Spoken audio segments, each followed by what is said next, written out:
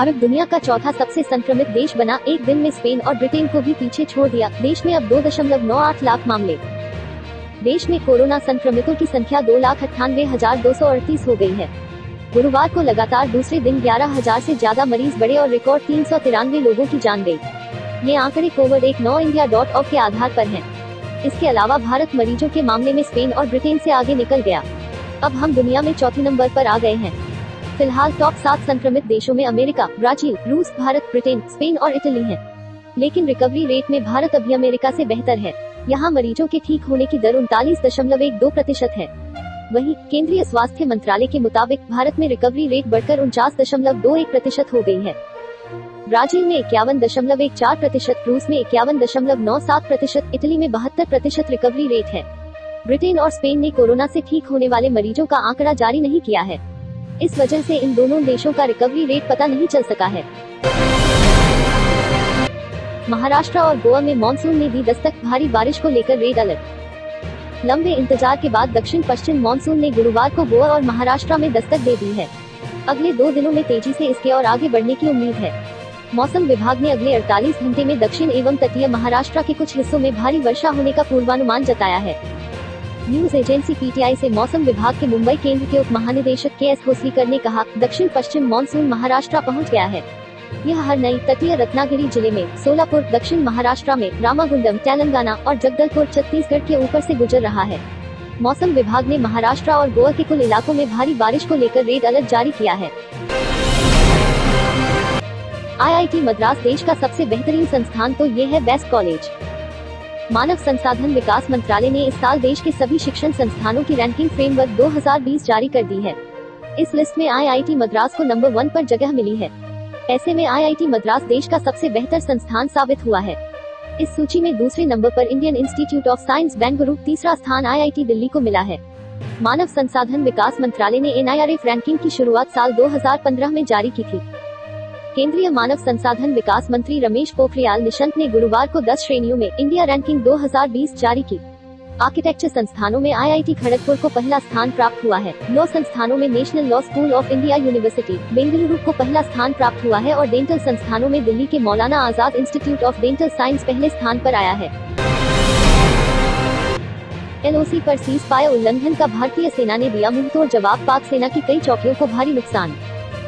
जम्मू कश्मीर में नियंत्रण रेखा एलओसी पर पाकिस्तान की तरफ से संघर्ष विराम, सीज फायर उल्लंघन का भारतीय सेना ने गुरुवार 11 जून को मुंहतोड़ जवाब दिया है।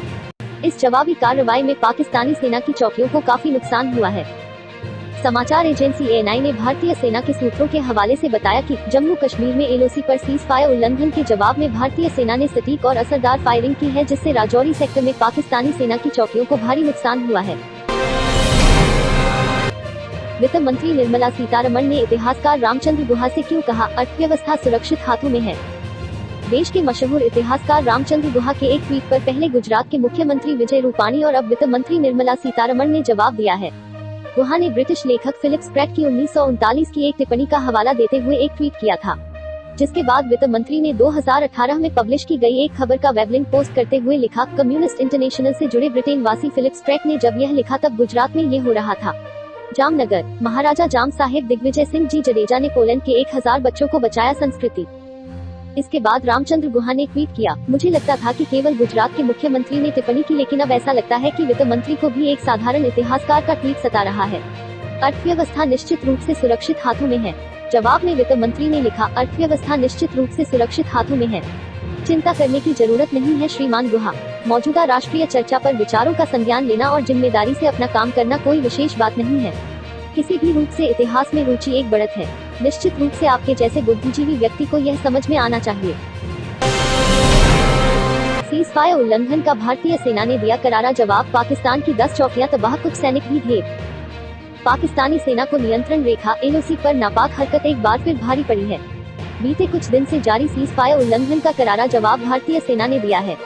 गुरुवार रात को भारतीय सेना ने एलओसी से सटी 10 पाकिस्तानी सेना की चौकियों को तबाह कर दिया है। सूत्रों के मुताबिक भारतीय सेना की इस कार्रवाई में पाकिस्तानी सेना को काफी नुकसान हुआ है। बता दें कि कोरोना वायरस महामारी संकट के दौर में भी पाकिस्तान अपनी नापाक हरकतों से बाज नहीं आ रहा है। पाक सेना की ओर से एलओसी घाटी में आतंकियों की घुसपैठ कराने के लिए लगातार सीज फायर का उल्लंघन कर रहा है। भारत संग तनातनी के बीच नेपाल के बदले सुर, पीएम मोदी की तारीफ में कही ये बात। भारत और नेपाल के संबंधों में तल्खी बरकरार है। इस बीच एक बार फिर से पड़ोसी देश नेपाल ने भारत के साथ दोस्ती का हाथ आगे बढ़ाया है। नेपाल ने भारत की तारीफ करते हुए कहा कि मोदी सरकार ने कोरोना लॉकडाउन के दौरान भी यह सुनिश्चित किया कि नेपाल में जरूरी चीजों की आपूर्ति की कमी न हो। वहीं भारत ने भी नेपाल के साथ सीमा विवाद और कोरोना को फैलने से रोकने के पर बात की है। विदेशी मंत्रालय की वीकली मीटिंग में भारत से एमएए के प्रवक्ता अनुराग श्रीवास्तव ने कहा, भारत नेपाल के साथ अपनी सभ्यता, सांस्कृतिक और मैत्रीपूर्ण संबंधों को गहराई से महत्व देता है। हाल के कुछ सालों में हमारी द्विपक्षीय साझेदारी का विस्तार है, जिसके चलते नेपाल की मानवीय, विकास और संपर्क परियोजनाएं में भारत का ध्यान आकर्षित हुआ है। चीनी मीडिया की धमकी, अमेरिका संग गए नरेंद्र मोदी तो भारत के लिए परिणाम बेहद बुरा होगा। लद्दाख में जारी तनाव को कम करने की कोशिशों के बीच चीन की सरकारी मीडिया ने एक बार फिर से भारत को धमकी दी है कि वह अपनी गुटनिरपेक्षता की नीति का पालन करे और अमेरिका से दूर रहे। चीन के सरकारी अखबार ग्लोबल टाइम्स ने चेताया कि अगर भारत चीन का विरोध करने के लिए अमेरिका के साथ गया तो चीन अपने हितों की रक्षा करने से हिचकेगा नहीं, फिर चाहे वे राजनीतिक हो या आर्थिक। ग्लोबल टाइम्स ने चीनी विदेश मंत्रालय की प्रवक्ता हुआ चुनयन के हवाले से कहा कि चीन और भारत ने दोनों पक्षों के बीच बनी आम सहमति के बाद सीमा पर तनाव कम करने के लिए कदम उठाए हैं। चीनी अखबार ने कहा कि कुछ विश्लेषकों ने आधिकारिक बयान की प्रशंसा की है, जो इस बात के स्पष्ट संकेत देता है कि दोनों देशों के बीच जारी गतिरोध कम हो रहा है। आज शेयर बाजार की क्या होगी चाल, ये 8 फैक्टर होंगे अहम। गुरुवार को शेयर बाजार में जबरदस्त गिरावट दर्ज की गई। निफ्टी 2 जून के बाद एक बार फिर से 10,000 के नीचे बंद हुआ। अब 9,800 का स्तर अहम रहेगा। अमेरिकी फेडरल रिजर्व ने कहा कि यूएस इकोनॉमी में सुधार में लंबा समय लगेगा, जिससे निवेशकों पर बुरा असर हुआ है। इसके अलावा सुप्रीम कोर्ट ने एजीआर बकाये को लेकर जो कहा है और कोरोना के लगातार बढ़ते मामलों के बीच दोबारा लॉकडाउन की संभावनाओं ने निवेशकों का सेंटिमेंट कमजोर किया है।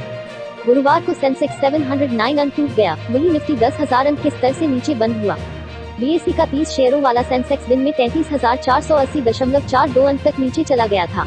अंत में यह 708.68 अंक या 2.07% के नुकसान से 33,538.37 अंक पर बंद हुआ।